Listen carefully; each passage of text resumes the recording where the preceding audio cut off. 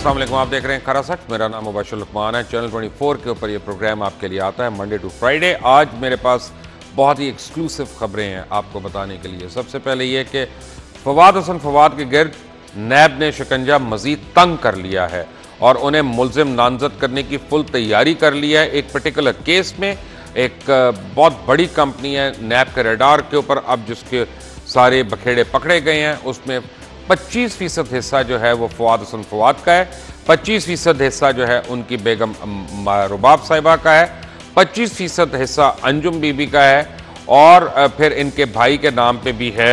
और उनके भाई का नाम मैं भी आपको बता देता हूँ, मेरे पास आ जाएगा। और ये सिर्फ नहीं है, नैब में मेरे ज़राए जो हैं वो मुझे बता रहे हैं कि they are very very confident, they are extremely confident कि फवाद हसन फवाद और उनकी इमीडिएट फैमिली जो है they are booked for a long time, क्योंकि उन्होंने बहुत हेवी करप्शन की। इसी तरह IPP केसेस के मतलब नैब सोर्सेस का कहना है कि इन्होंने 1400 बिलियन हुकूमत वक्त ने IPPs के देने हैं। लेकिन वो ये भी कहते हैं, ये उनका क्लेम है, ये मैं नहीं कह रहा, ये उनका क्लेम है कि IPPs में बहुत फ्रॉड है, बहुत करप्शन है, बहुत दो नंबरी है, बहुत पैसे खाए जा रहे हैं। और अगर हुकूमत वक्त जो है इसका केस नैब के हवाले कर दे तो वो कहते हैं 1400 बिलियन इनको देना क्या, आपको हुकूमत को पता चलेगा इनसे कई सौ बिलियन आपको मिल गया। अब मुझे नहीं पता ये हीट रेट के ऊपर चोरी का कह रहे हैं, ये ऑडिट के ऊपर चोरी का कह रहे हैं, ये फ्यूल के ऊपर कह रहे हैं, ये बिलिंग के ऊपर कह रहे हैं, ये कैपेसिटी के ऊपर कह रहे हैं, ये मैन्युफैक्चरिंग के ऊपर कह रहे हैं, डिस्ट्रीब्यूशन के ऊपर कह रहे हैं, मुझे नहीं पता। लेकिन सोर्सेस का ये कहना है कि IPPs में बिलियंस और बिलियंस और बिलियंस के घपले हैं। और अगर PTI की हुकूमत केस जो है वो नैब को फॉरवर्ड करती है तो ना सिर्फ नैब जो है वो 1400 बिलियन उनको उम्मीद है कि वो रिकवर कर सकते हैं, बल्कि वो उससे मज़ीद भी हुकूमत को पैसे दिलवा सकते हैं। और उनका कहना है कि IPPs के अंदर उस मद में बेइंतहा फ्रॉड हो रहे हैं। नैब इस वक्त बहुत एक्शन में है और नैब के रडार पे लाहौर शहर आ चुका है। जब यानी आज से कुछ साल पहले लाहौर के नाज़िम जो थे, यानी लोकल बॉडीज़ का सिस्टम भी था, तो पता चला कि लाहौर की सफाई का जो तखमीना है ये 1.5 बिलियन रुपए था। और चंद सालों के अंदर मियाँ शहबाज शरीफ ने तुर्की की एक कंपनी को ठेका दे दिया और उस बाद 13, 14, 15, अब 16 अरब रुपए तक 16 अरब रुपए तक लाहौर की सफाई का खर्चा जो है वो पहुंच चुका है। बज़ाहिर वही एम्प्लॉयज़ हैं और बज़ाहिर वही इक्विपमेंट है और बज़ाहिर सब इंफ्रास्ट्रक्चर वही है, लेकिन 1.5 बिलियन से 16 बिलियन के ऊपर ये जो जंप है, इसमें ना सिर्फ सियासतदान आ रहे हैं इस शिकंजे में, बल्कि इसमें बहुत से ब्यूरोक्रेट्स, इसमें म्यूनसिपल कॉरपोरेशन के लोग और इसमें दीगर लोकल बॉडी से मुंसलिक जो लोग हैं उनके भी नाम इसमें आ रहे हैं। और अली जहांगीर सिद्दीकी और जहांगीर सिद्दीकी के लिए कोई अच्छी खबर नहीं है मेरे पास। प्लीज़ दोबारा से केस ना करना, पहले ही केस जो चल रहे हैं उनको ख़त्म होने देते हैं। मैं नैब की रिपोर्ट आपको बता रहा हूँ और ये समझ लीजिएगा कि नैब के मुताबिक अली जहांगीर सिद्दीकी जो हैं तकरीबन उनके पास 10.5 बिलियन की करप्शन जो है वो साबित हो चुकी है। और उन्होंने कहा कि उन्होंने एक इनसाइड ट्रेडिंग की और इसमें जहांगीर सिद्दीकी जो थे वो मुलव्विस उनके साथ कि बैंक ऑफ पंजाब के अंदर उन्होंने लोगों को वर्गलाया और कहा कि जनाब वो इसके शेयर्स ले लें। और शेयर्स किसने लिए? शेयर्स लिए हुकूमत के इदारों ने लिए और इससे उनको 4.25 अरब का उनको जो है वो टीका लग गया। और बेनिफिशरी, ऑब्वियसली बेनिफिशरी वो होता है जिसको नैब कहता है कि जी इसका नाम है और इसके खिलाफ इंक्वायरी हो रही है। तो अली जहांगीर सिद्दीकी और जहांगीर सिद्दीकी के लिए आने वाले दिनों में नैब की तरफ से कुछ दावतनामे मौसूल होने की उम्मीद है और ये शायद अगले 1 हफ्ते से 1.5 हफ्ते के अंदर हो। ये ज़राए जो है मेरे वो बहुत कुछ बता रहे हैं। वो तो मुझे ये भी बता रहे हैं कि मियाँ मंजूर वड्डू के ख़िलाफ़ एक बड़ा तगड़ा केस तैयार हो चुका है। इसकी तफसीलात वो ज़्यादा नहीं बताना चाह रहे थे, मैंने पूछा उनसे, लेकिन उन्होंने कहा कि मियाँ मंजूर वड्डू जो हैं वो बहुत ही मुतहर्रिक सियासी शख्सियत हैं और यानी उनका अब उनके इर्द गिर्द नैब का शिकंजा जो है वो टाइट होने लगा है। वड्डू साहब लंबी शंबी लीव लें, कोई बाहर जाएं, ये मैं आपको बता रहा हूँ, ये पड़े हुए हैं पीछे आपके।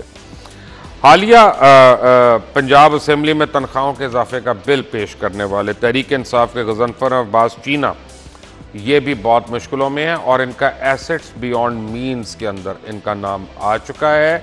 और चीना साहब जो हैं इनके लिए भी खबर यह है कि नैब ने इनके गिर्द घेरा तंग कर लिया है। और ये मैं आपको बिल्कुल यानी मुसद्दिक़ा इत्तला दे रहा हूँ।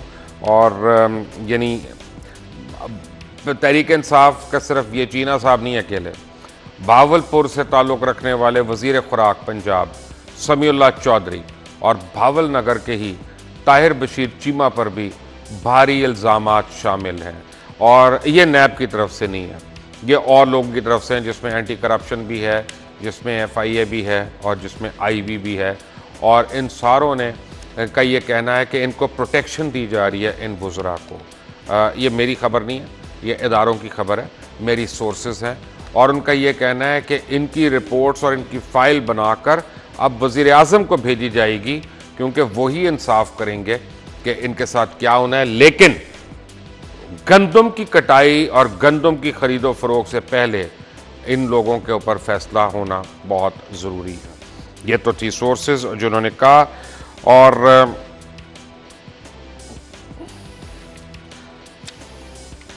मियाँ शहबाज शरीफ जो हैं उन्होंने उनके मुतालिक नैब अब दोबारा अपील में जाने लगी है कि इनकी बेल कैंसिल कर दी जाए।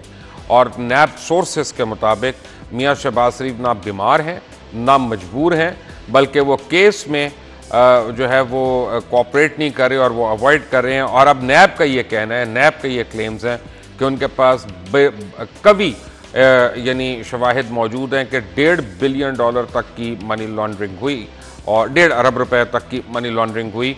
और इसमें दुबई बेस भी कुछ पाकिस्तानियों के नाम आ रहे हैं और ऐसे पाकिस्तानी हैं जिनको शायद NIC भी कैंसिल हो चुके हैं या एक्सपायर हो चुके हैं या इशू नहीं हुए, लेकिन उनके NIC कार्ड्स का जो है वो इशू है।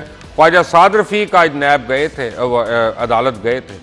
उनका ख्याल था कि उनको बेल मिल जाएगी, उनका ख्याल था वही बेंच है जिसने मियाँ शहबाज शरीफ को बेल दी थी ये वो। लेकिन वहाँ नैब ने इस बारी बड़े तगड़े इंतजाम किए हुए थे, इतने तगड़े दलाइल थे कि ख्वाजा साद रफ़ीक के अपने वकला ने वहाँ पर अदालत में कहा कि हमें ज़रा अगली तारीख दे दें, और पहली तारीख तक जो है वो इत्तफाक करके बैठ गए। उन्होंने केस लड़ा ही नहीं, उन्होंने दलाइल दिए ही नहीं, और उन्होंने कहा कि प्लीज़ हमें मज़ीद टाइम चाहिए। तो इसका मतलब है कि वो उनको आज समझ आ गई कि नैब के वकील जो हैं वो तैयारी के साथ आए हैं वहाँ पे। और सबसे बड़ी बात, आज तकरीबन 2 घंटे मियाँ मंशा को नैब की दफ्तर में एक स्टूल पे बैठना पड़ा और मियाँ मंशा से बड़ी ठीक ठाक किस्म की इंक्वायरीज़ हुई वहाँ पे। और ख़ास तौर पे मियाँ मंशा से इनके बेटों के मतलब, साहिबजादों के मतलब पूछगिछ की गई। और नैब ने उनको ये कहा कि हमें फ़िलहाल आपके ऊपर कोई इल्ज़ाम नहीं है, आपके बेटों के ऊपर इल्ज़ाम है, आपकी बहुओं के ऊपर इल्ज़ाम है, जिन चारों के नाम पे लंदन में एक पुरसाइश होटल है, उन्होंने ये बताना है कि ये रकम वहाँ पे कैसे गई और आप हमें फैसिलिटेट करें। अगर आपने हमें फैसिलिटेट ना किया इन अ सेंस, तो फिर हम अपनी चार्जशीट रिवाइज़ कर सकते हैं, लेकिन तब तक ये चार्जशीट उनके बेटों के ऊपर पॉइंटेड है और उनकी यानी फैमिली की खवातीन, 2 खवातीन के ऊपर पॉइंटेड है। और ये आज बड़ी इंपॉर्टेंट खबरें, बीच में मैं आपको कुछ और खबरें भी दूंगा। मुझे ज्वाइन किया जनाब एजाज चौधरी साहब ने, पाकिस्तान तहरीक इंसाफ के रहनुमा, जनाब कमर ज़मान कायरा साहब ने, हमारे दोस्त हैं, पाकिस्तान पीपल्स पार्टी से इनका ताल्लुक़ है, और राना मोहम्मद अफजल साहब ने, बहुत काबिल एहतराम, पाकिस्तान मुस्लिम लीग नून से आपका ताल्लुक़ है। आप सबका बहुत बहुत शुक्रिया। वेरी क्विकली एजाज चौधरी साहब, आपके तो वज़ीरों के नाम आना शुरू हो गए हैं, ख़ासतौर ये महकमा खुराक, और ये कहा जा रहा है कि इनको प्रोटेक्शन दी जा रही है। कौन कर रहा है प्रोटेक्ट? बहुत शुक्रिया मुबशर लुकमान साहब। पहली गुजारिश तो ये है कि ये आप समझ लीजिए कि तहरीक इंसाफ की हुकूमत के अंदर कोई गुज़श्ता दौरे हुकूमत में करप्शन करे या उसके अपने दौरे हुकूमत में करे, वो सियासतदान हो, वो ब्यूरोक्रेट हो, कोई बचेगा नहीं। और नैब को पूरा काम का काम करने का इख्तियार है और उसे पूरी तरह जो मैंडेट दिया गया कानून और आइन के अंदर, उसके मुताबिक वो अपना काम जारी रखें। अलबत्ता जो बात आपने थोड़ी सी पॉइंट आउट की ख्वाजा साद रफ़ीक के आज बेल केस के अंदर, वो कौम उनसे तवक्को रखती है कि वो प्रोसिक्यूशन को, अपनी लीगल साइड को भी मजबूत और मुस्तहकम करके अदालत में जाएं। ये तासुर नहीं मिलना चाहिए किसी भी मसले के ऊपर कि अदालत में जाकर उनका जो केस, बना हुआ केस जो है वो बर्बाद हो जाता है। चुनाचे एक बात तो ये बिल्कुल क्लियर है, जब ये बात क्लियर है तो इसका तो सवाल ही पैदा नहीं होता। मैंने एक बात नहीं आपको बताई, आपने बेशुमार बातें बताई। नहीं, अगर आप इजाजत दें तो मैं आपको एक और बात बताऊं। आपके एक और रहनुमा जनाब अलीम खान साहब हमारे दोस्त हैं, हमारे भाइयों की तरह, उनके ऊपर भी बड़ककारी उन्होंने गिरफ्त डाली हुई और बकौल उनके अलीम खान साहब is in hot soup right now. देखिए, मैं आपसे पहले अलीम खान की बात कर लेते हैं। अलीम खान 10-12 साल ये बातें पीपल्स पार्टी की और नून लीग की सूबाई हुकूमत इसके अंदर होती रही। वो चैलेंज करते रहे कि अगर मेरे अंदर कभी नहीं उनको कहा। अच्छा, पीपल्स पार्टी की हुकूमत में उस वक्त सूबाई हुकूमत नहीं, उनको कभी ब्लेम नहीं किया गया उस तरह से। मुझे याद है, पढ़ता है। नहीं ब्लेम किया जाता था और नून लीग की गवर्नमेंट में, और वो चैलेंज करते थे कि अगर कोई चीज़ है तो आप पकड़ लें। मेरा ख्याल है इनको तो जुर्रत नहीं हुई, लेकिन जुर्रत किसको हुई? तहरीक इंसाफ की हुकूमत में नैब को ये जुर्रत हुई। क्या इसका ये मतलब नहीं कि पीपल्स पार्टी और नून लीग ने नैब को इन्फ्लुएंस नहीं किया कि वो? नहीं, मेरा ख्याल है इसका मतलब ये है वाज़ेह तौर पे कि तहरीक इंसाफ चाहती है हकीकी मानों में एहतसाब हो और हर शख्स को उस रास्ते से गुजरना पड़े कि वो इंसाफ तक पहुंच सके। सबके लिए क्रॉस द बोर्ड नैब काम कर रहा हो और किसी के साथ विक्टिमाइजेशन ना हो। इसलिए मैं समझता हूं कि वो अलीम खान साहब हों या कोई और हो, समीउल्लाह साहब हों, या आपने चीना साहब का नाम लिया या ताहिर बशीर चीमा साहब का नाम लिया, सबको अपनी सफाई। आपने वैसे खुदा को हाजिर नाजिर जान के बताया, मुझे पता है आप बड़े सच गो और साफ गो इंसान हैं। आपने नहीं अपने वजीर खुराक के नाम सुने? मुख्तलिफ जगहों पे घंटियां बज रही हैं इनके नामों की। नहीं, मैंने सुना है। मैं अल्लाह से पनाह मांगता हूँ कि तहरीक इंसाफ की हुकूमत के अंदर ऐसे लोग पनप सकें, लेकिन मैं उनसे तवक्को रखता हूँ कि ये झूठ होगा, सच नहीं होगा। सुना तो मैंने है। मोहतरम कायरा साहब, अस्सलाम वालेकुम। आपने सुनी हमारे अजीज़ दोस्त जनाब एजाज चौधरी साहब की गुफ्तगू, क्या फरमाएंगे आप? शुक्रिया मुबशर साहब। मैं एजाज साहब को सेकंड करता हूँ। उन्होंने ठीक कहा कि एहतसाब का इदारा बेलाग एहतसाब करे, सबका एहतसाब करे, एक तरह करे और उसमें कोई मुकद्दस गाय, कोई फेवरेट ना हो, कोई इन्फ्लुएंस ना हो, ना किसी के कहने में हो और ना किसी को माफ़ करे, ना कोई बच सके। ये तो हमारा सबका ख्वाब है। अल्लाह करे नैब अपना काम इसी तरह करे। कायरा साहब, 2 वज़रा के नाम आ रहे हैं ख़ास तौर पंजाब के अंदर, बल्कि आप समझे 3 आ रहे हैं। मैं अगर आप इजाज़त दें, एक नाम मेरे से मिस हो गया क्योंकि मैं कोई प्रॉम्प्टर वगैरह तो पढ़ नहीं रहा था, मैं तो याद करके ज़ुबानी उस तरह से बात कर रहा था। एक नाम मेरे से मिस हो गया, मैं नाम नहीं ले रहा, हमारे बड़े अजीज़ दोस्त हैं, लेकिन साउथ पंजाब से उनका ताल्लुक, और मैं कहता हूँ अगले 1 हफ्ते के अंदर उनकी गिरफ्तारी होने वाली है। तो ये पीटीआई क्या करेगी जब 3-3 वजीर अंदर होंगे? तो देखिए मुबशर साहब, हमने बहुत पहले कहा और आज भी हमारा मौक़िफ़ ये है कि हम तो वक्त की छलनी से चलते चले आ रहे हैं। बहुत सारे अदवार में बहुत सारे इल्ज़ामात, कभी स्टेट के ख़िलाफ़, कभी किसी के ख़िलाफ़ इल्ज़ामात हम पे लगते रहे। करप्शन के भी इल्ज़ाम लगे और अल्लाह ताला के फजल करम से उसमें बेगुनाहियाँ ही साबित हुई।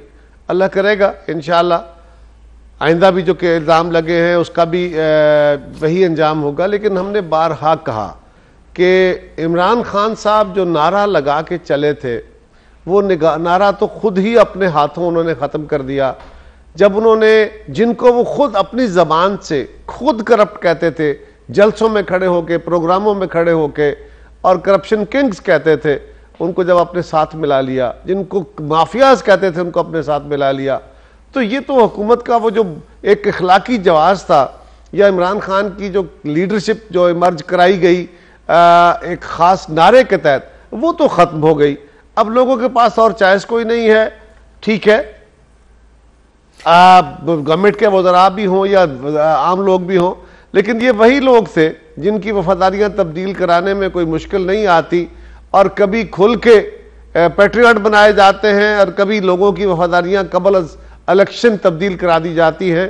तो तब्दील कराने के लिए मेजर जो सोर्स होता है वो इसी तरह के सबूत होते हैं कि भाई ये कुछ है, उधर जाओ तो बेहतर रहोगे वरना इलेक्शन से फारिग हो जाओगे। मैं समझता हूँ कि ये एक अच्छा अमल होगा।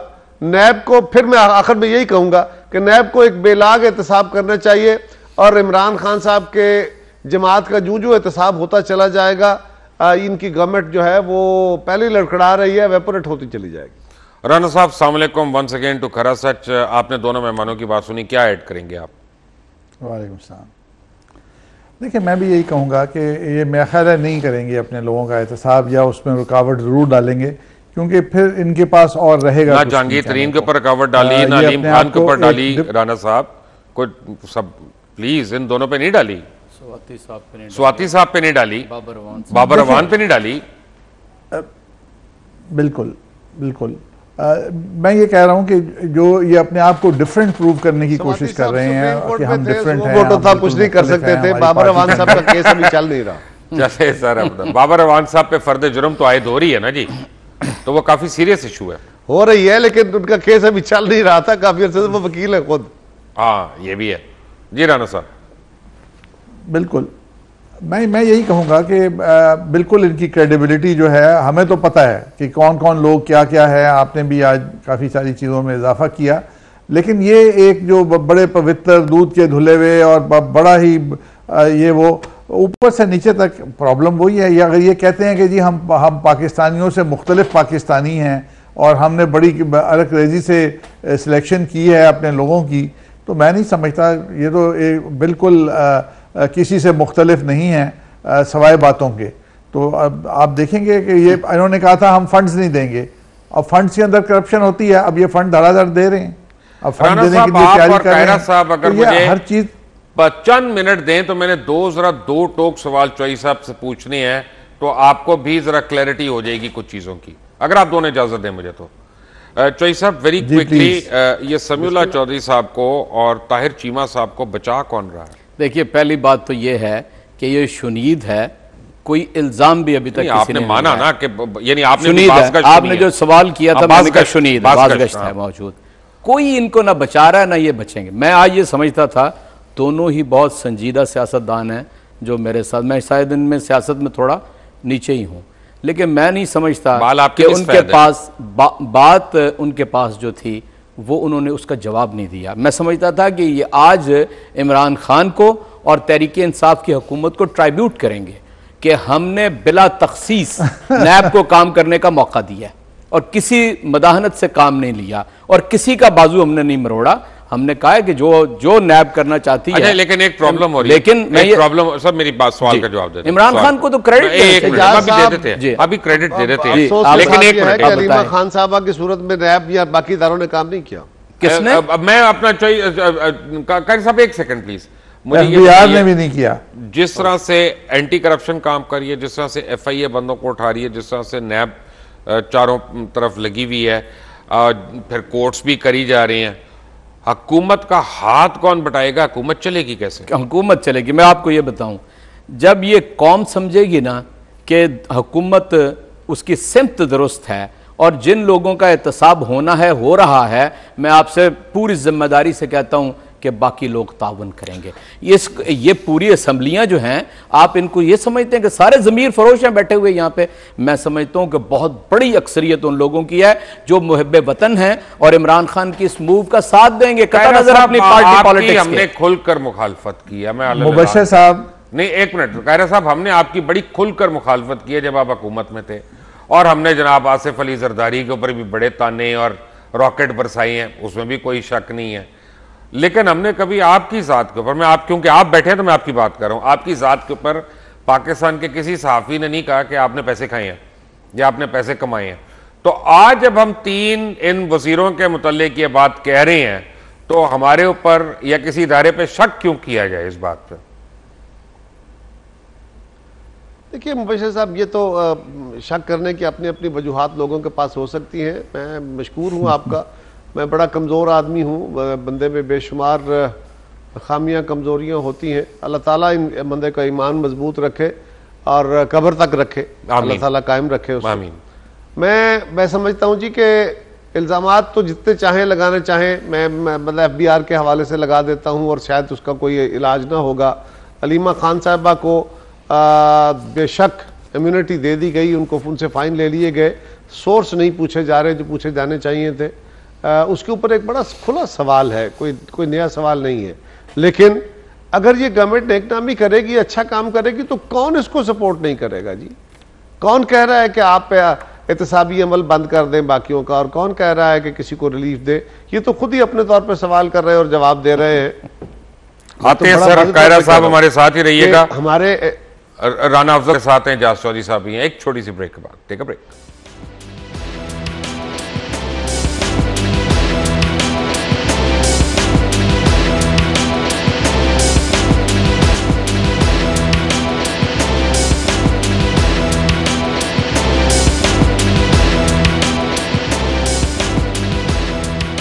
Welcome back from the break.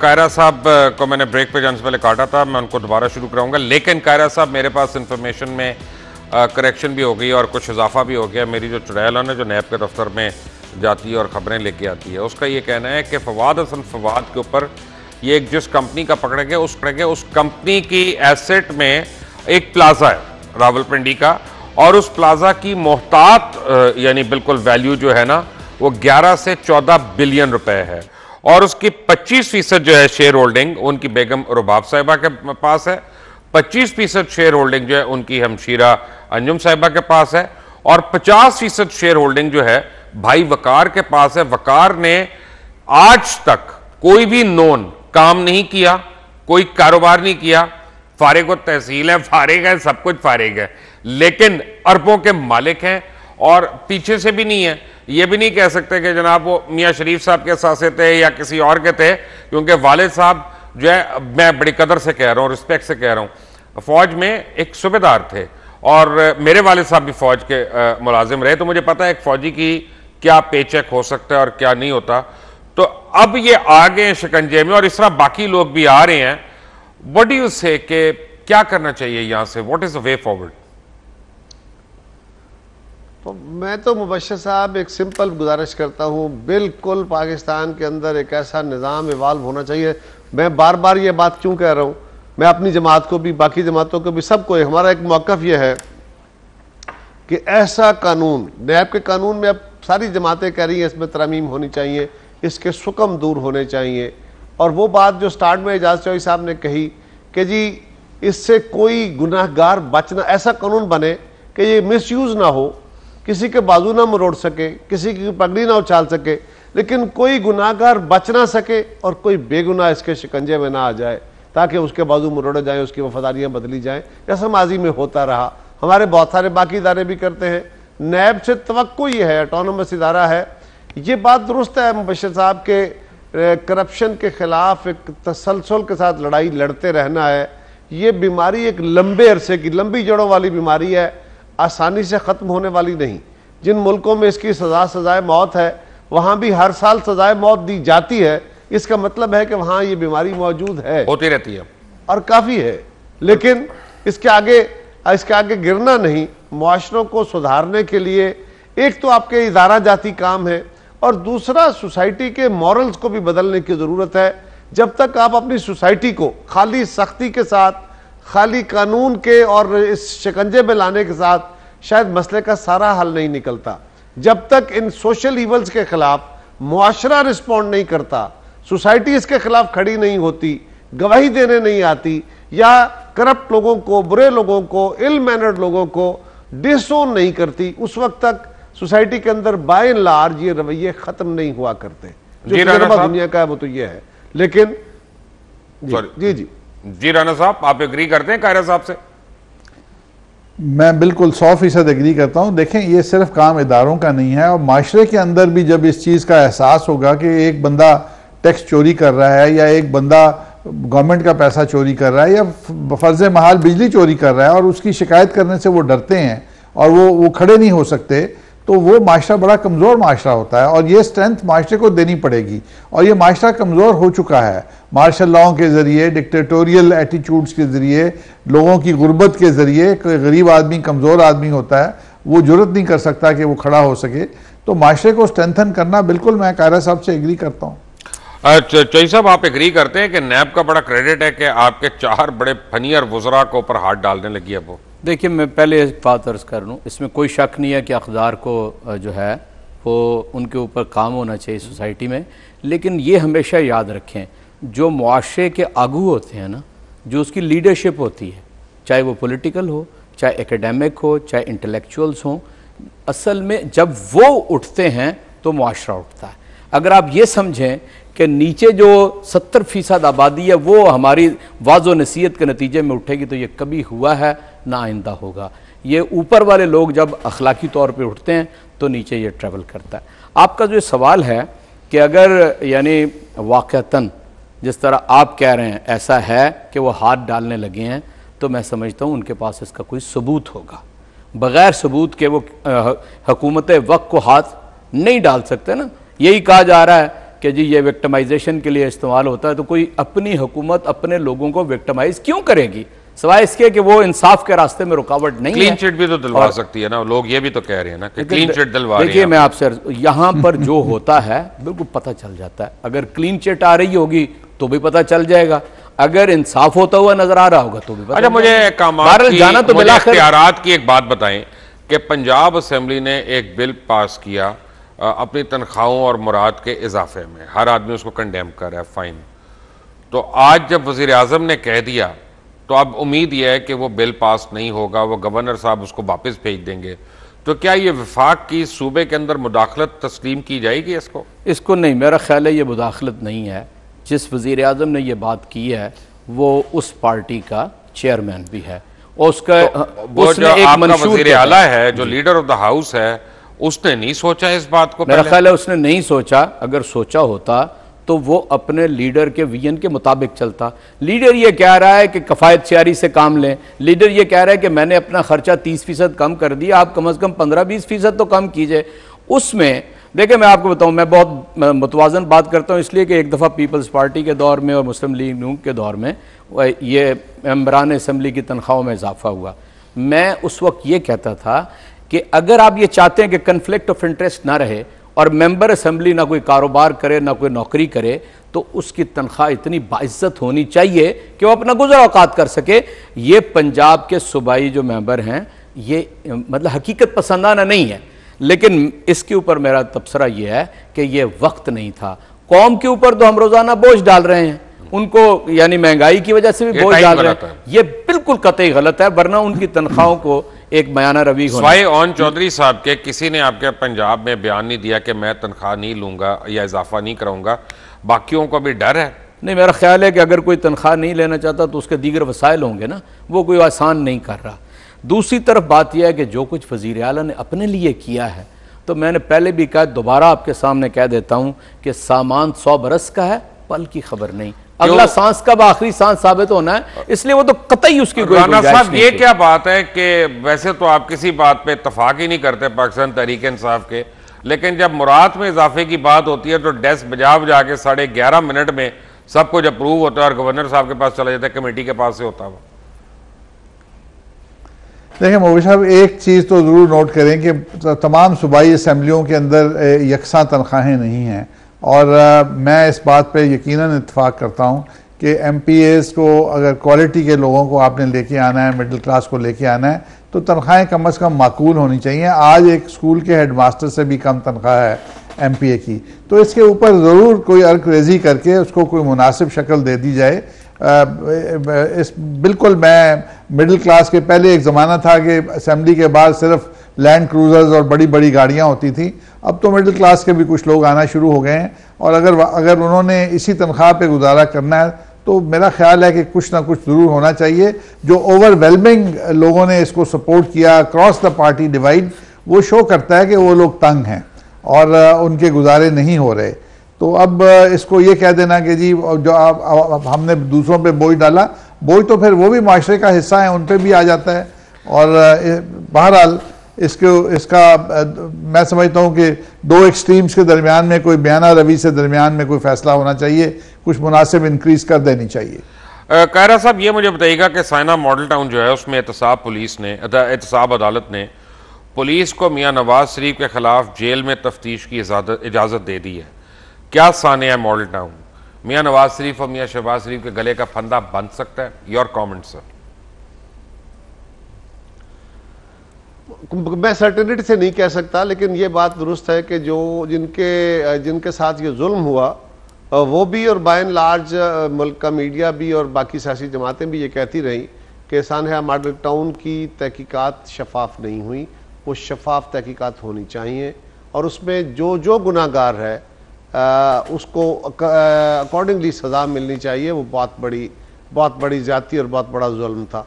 ये बात तो जनरली होती रही, लेकिन उसमें मियाँ साहब के साथ क्या सलूक हो सकता है इसके बारे में सर्टनली मैं कुछ कह नहीं सकता। कायरा साहब मेरे साथ ही हैं, राना मोहम्मद जाज चौधरी भी मेरे साथ हैं, लेकिन एक ब्रेक के बाद टेक अ ब्रेक।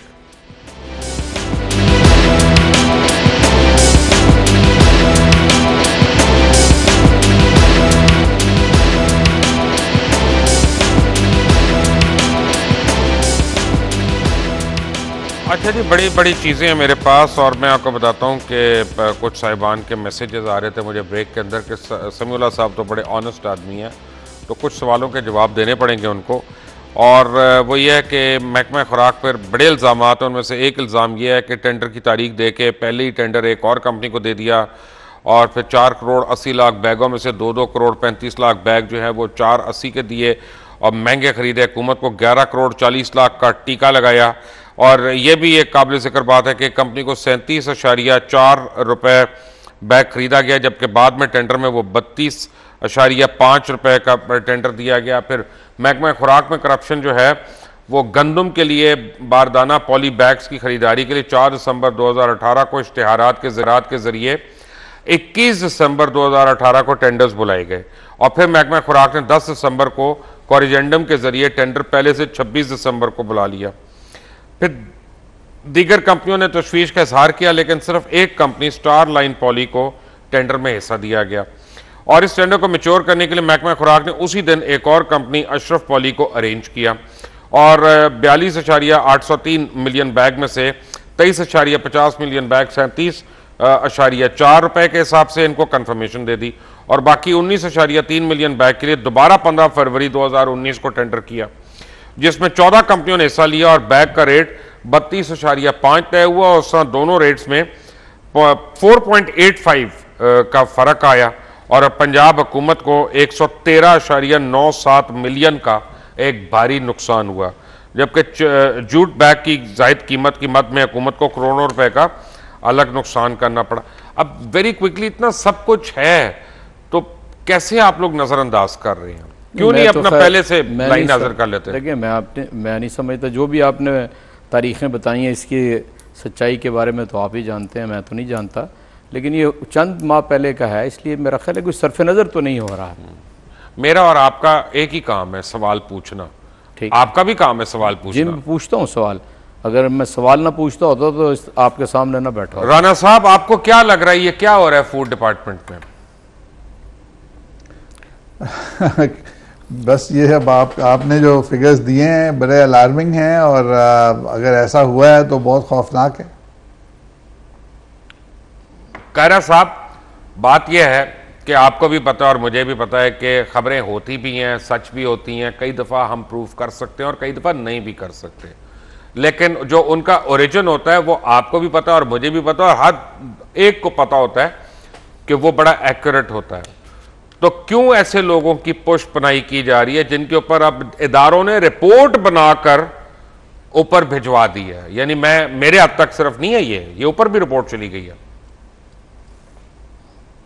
मुबश्शिर साहब, ये तो खैर आने वाले दिनों में पता चलेगा कि उसका क्या सबूत आता है सामने, क्योंकि बात सामने आएगी कि कौन सा दबाव है या किसको बचाया जा रहा है तो ज़्यादा बेहतर कमेंट हो सकेगा। अभी तो ज़ैली बातें ही हो सकेंगी, लेकिन एक चीज़ वाज़ेह है, टॉप के ऊपर पता नहीं क्या हो रहा है उसके बारे में मैं कुछ सर्टेनिटी से अभी नहीं कह रहा, लेकिन जहाँ तक नीचे ताल्लुक है, आपकी कचहरियाँ हैं, आपके थाने हैं, आपके टेंडरिंग है, लोकल गवर्नमेंट है, गवर्नमेंट के बाकी इदारे हैं, नीचे करप्शन के अंबार हैं उसी तरह।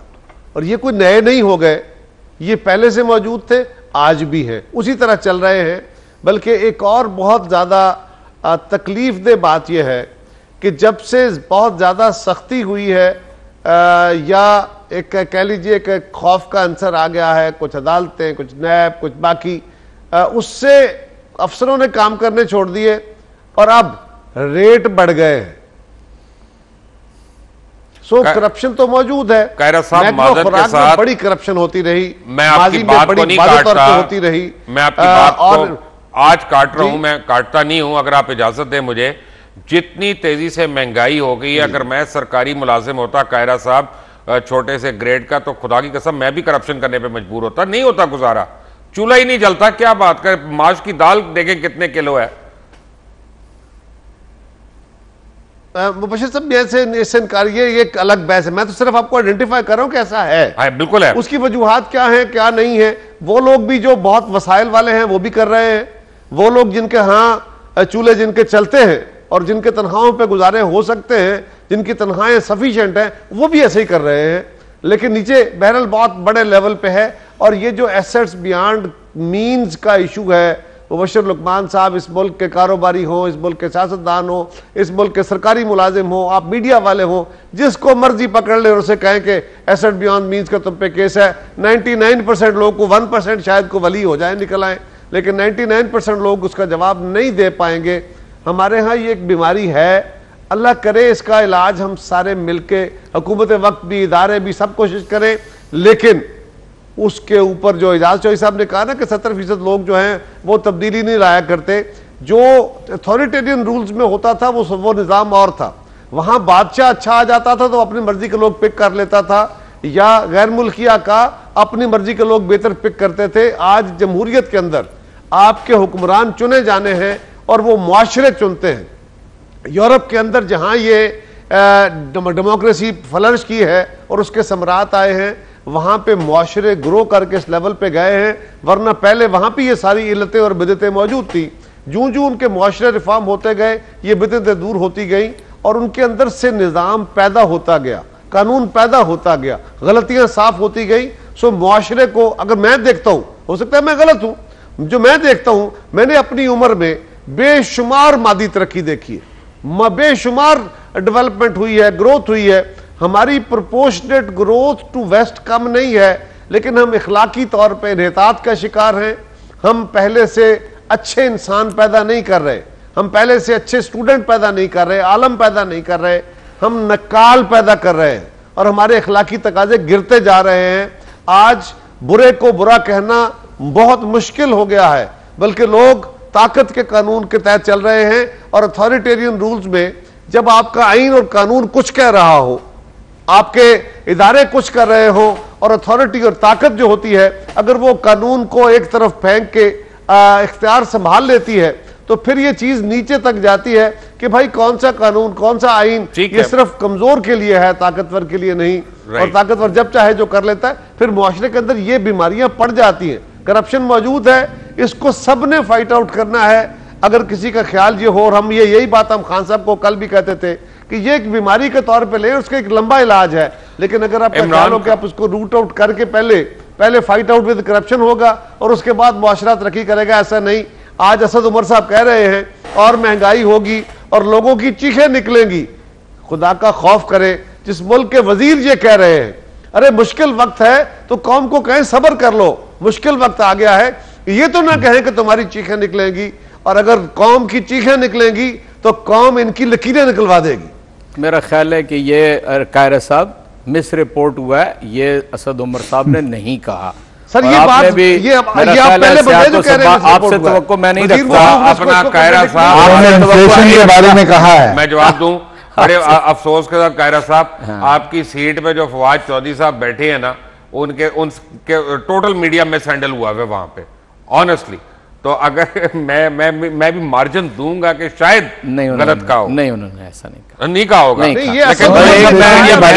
वैसे मैं कायरा साहब की जितनी गुफ्तगू है उससे 100% इत्तफाक करता हूँ और थोड़ी सी जिसारत करता हूँ ये बात कहने की कि जिन मुआशरों का उन्होंने जिक्र किया कि पूरा मुआशरा ऊपर उठता है और हमने भी प्रोपोर्शनेट ऊपर उठे हैं, तो मेरा ख्याल है कि उनकी जो लीडरशिप है वो बहुत बेहतर उठी है, हमारी लीडरशिप बेहतर नहीं उठी है, इसलिए यहाँ पर हालत है। आपका बहुत बहुत शुक्रिया कमर उस्मान। सर उनके लोग चुनाव चौधरी साहब, उनके लोग चुनाव बेहतर कर रहे हैं, राइट, उनके लोग ठीक लोगों को आगे लेके आ रहे हैं, और उनके लोग अपने आम आदमी अपने लीडर का ज्यादा एहतसाब करता है। राइट, आपका बहुत बहुत शुक्रिया। लेकिन उसकी एक सब यही है कायरा साहब के जो पार्टीज हैं वो फाल हैं और वर्कर जो है वो अपने लीडर को सवाल कर सकता है।